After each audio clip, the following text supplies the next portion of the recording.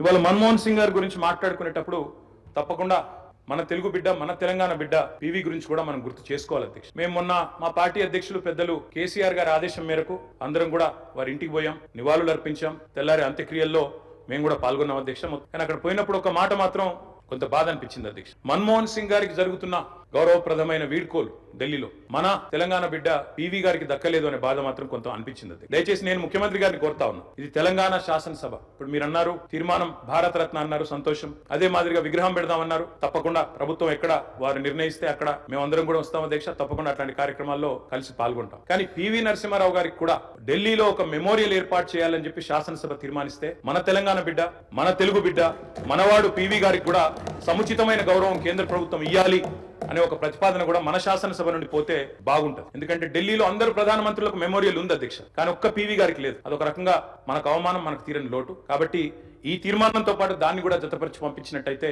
తప్పకుండా వారిని కూడా, ఎందుకంటే మన్మోహన్ గారిని రాజకీయాల్లోకి తెచ్చిందే పివి గారు.